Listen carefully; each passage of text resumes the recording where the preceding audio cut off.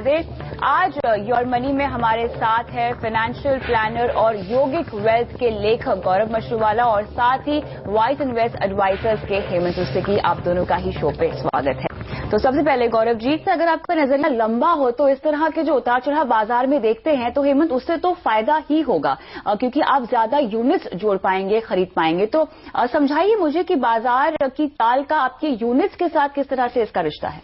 देखिए, उससे पहले मैं दो बात कहना चाहता हूं। जब भी हम इक्विटी इन्वेस्टमेंट की बात करते हैं, दो चीजें आपको हमेशा ध्यान रखनी है एज एन इन्वेस्टर। एक तो इक्विटी जो है वो लॉन्ग टर्म के लिए इन्वेस्टमेंट है। वो लॉन्ग टर्म के लिए क्यों है? क्योंकि जैसा हमने देखा है हमेशा शॉर्ट टर्म और मीडियम टर्म में इक्विटी मार्केट जो है काफी वॉलेटाइल रहती है। अब ये वॉलेटिलिटी का असर आप अपने पोर्टफोलियो पे कम कैसे करें? जितना लंबा समय अपने पैसे को रखेंगे उतना उसका इंपैक्ट आपके ऊपर कम आएगा।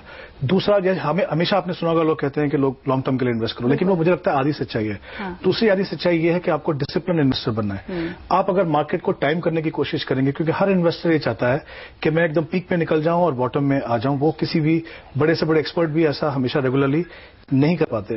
तो डिसिप्लिन इन्वेस्टर होना इसलिए जरूरी है कि आप मार्केट टाइमिंग में अपना समय जाया ना करके आप एक प्रोसेस तरीके से इन्वेस्ट करें। जैसे जो अभी बहुत सारे इन्वेस्टर जो सिस्टमैटिक इन्वेस्टमेंट प्लान से इन्वेस्ट कर रहे हैं, इसका मतलब कि आप कमिट कर रहे हैं कि हम हर महीने एक फिक्स अमाउंट फिक्स डेट पे एक फिक्स फंड के अंदर लगाएंगे। उसका फायदा क्या है कि आप ऊपर के लेवल पे भी इन्वेस्ट कर रहे हैं, अंदर नीचे के लेवल पे भी इन्वेस्ट कर रहे हैं, तो आपको यहाँ पे एवरेजिंग का फायदा होता है। जैसे आपने मुझे पूछा कि ये इस करंट मार्केट सिचुएशन में क्या होना चाहिए या क्या असर पड़ेगा।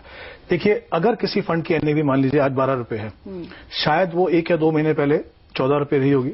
तो जब आप 14 रुपए में इन्वेस्ट कर रहे थे तो ऐसा नहीं कि उस पोर्टफोलियो में जो कंपनी है वो कंपनियां खराब हो गई, कंपनियां अभी भी अच्छी हैं।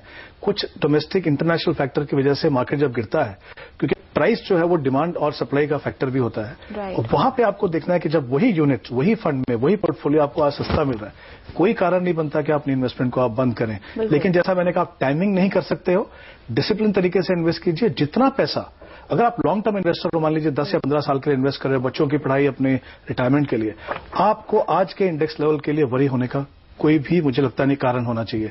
जितना पैसा आप ये वॉलेटाइल पीरियड में लगाएंगे उतना ही आपको एवरेजिंग का फायदा होगा। तो लॉन्ग रन में क्या होगा कि आप इक्विटी में बने रहे, डिसिप्लिन तरीके से इन्वेस्ट किया, एवरेजिंग का फायदा हुआ। जब मार्केट टर्न अराउंड होगा, सबसे पहले यही इन्वेस्टर हैं जिनको फायदा होगा।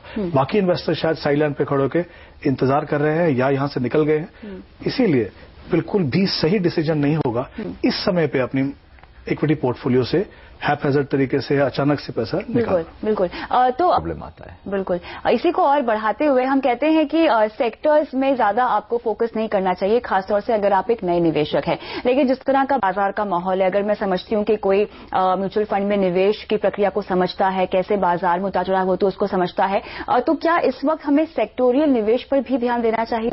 देखिए, डिपेंड करता है। आप मार्केट मूड के हिसाब से कभी भी इन्वेस्टमेंट डिसीजन लेंगे तो शायद वो हमेशा आपके फेवर में नहीं होगा, क्योंकि सबसे पहला डिसीजन तो आपको ये लेना है एज एन इन्वेस्टर कि आपको इक्विटी में होना चाहिए कि नहीं होना चाहिए। एक बार आपने वो फैसला लिया, अगर आप नए इन्वेस्टर हैं तो जाहिर सी बात है आपको ऐसे फंड में इन्वेस्ट करना है जहां पे डाइवर्सिफाइड पोर्टफोलियो मिले, क्योंकि एक इंपॉर्टेंट एस्पेक्ट है म्यूचुअल फंड का। जब इन्वेस्ट करते हैं तो आपको सबसे बड़ा फायदा होता है डाइवर्सिफिकेशन का।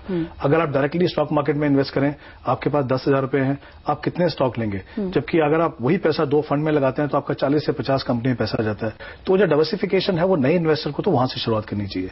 लेकिन अगर आप एक्सपीरियंस इन्वेस्टर हैं, आपका पोर्टफोलियो साइज बढ़ गया है, आप उसके जो अटेंडेंट रिस्क है सेक्टर फंड में इन्वेस्ट करने के, अगर आप समझते हैं, तो एक स्ट्रेटेजी आप क्या बना सकते हैं। अगर आप जानकार इन्वेस्टर हैं, जरूरी नहीं है कि आपको एक ही फंड में, एक ही सेक्टर फंड में इन्वेस्ट करना, आप 2-3 सेक्टर फंड में इन्वेस्ट करें तो ऑटोमेटिकली जो डाइवर्सिफिकेशन आपको चाहिए वो मिल जानी चाहिए। लेकिन चाहे आप एक्सपीरियंस इन्वेस्टर हो तो भी मुझे लगता है बहुत ज्यादा हिस्सा जो है वो सेक्टर फंड में ना डालें, क्योंकि वहां पे साइकिल्स रहती हैं। आपको देखना पड़ेगा 2-3 साल में कभी आपको पैसा निकालना है। अगर आपने पैसा बनाया भी और वहां से नहीं निकाला समय पे, तो आपको जितना भी प्रॉफिट कमाया उतना शायद आप ले ना जा सके यहां से। डाइवर्सिफाइड पोर्टफोलियो में क्या है, फंड मैनेजर के पास फ्लेक्सिबिलिटी है।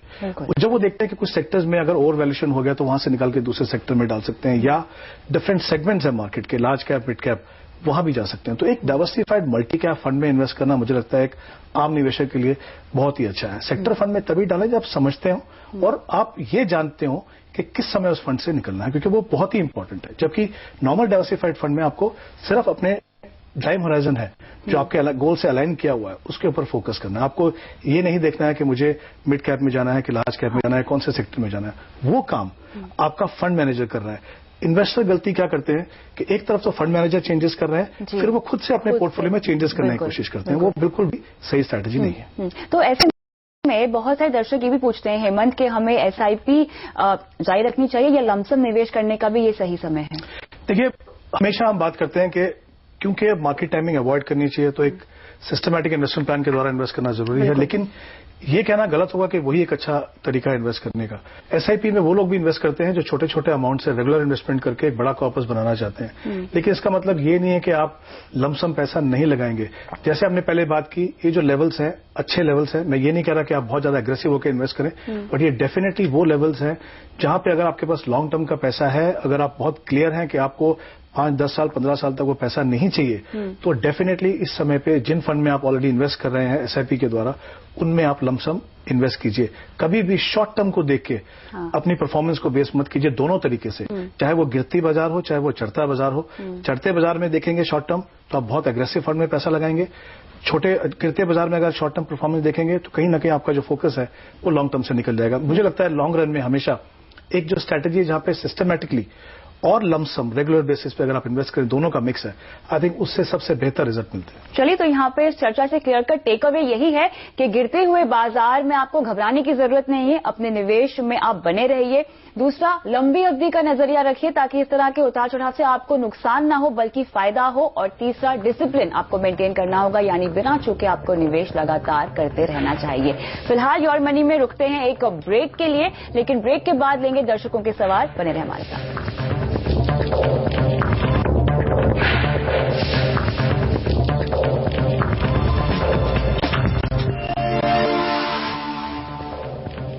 योर मनी में आगे बढ़ते हैं और अगले दर्शक रश्मि रंजन राउत हमारे साथ फोन लाइन पे है। नमस्कार, बताएं क्या सवाल है?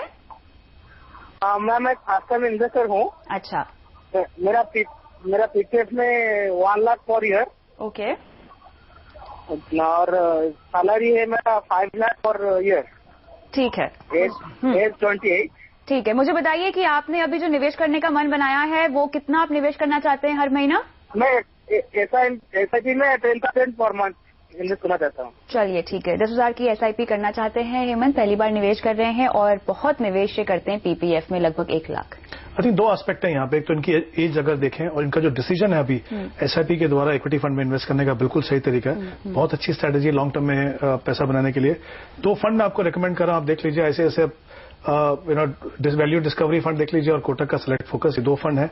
इसमें आपको दोनों सेगमेंट जो है लार्ज कैप मिड कैप में अच्छा एक्सपोजर मिलेगा।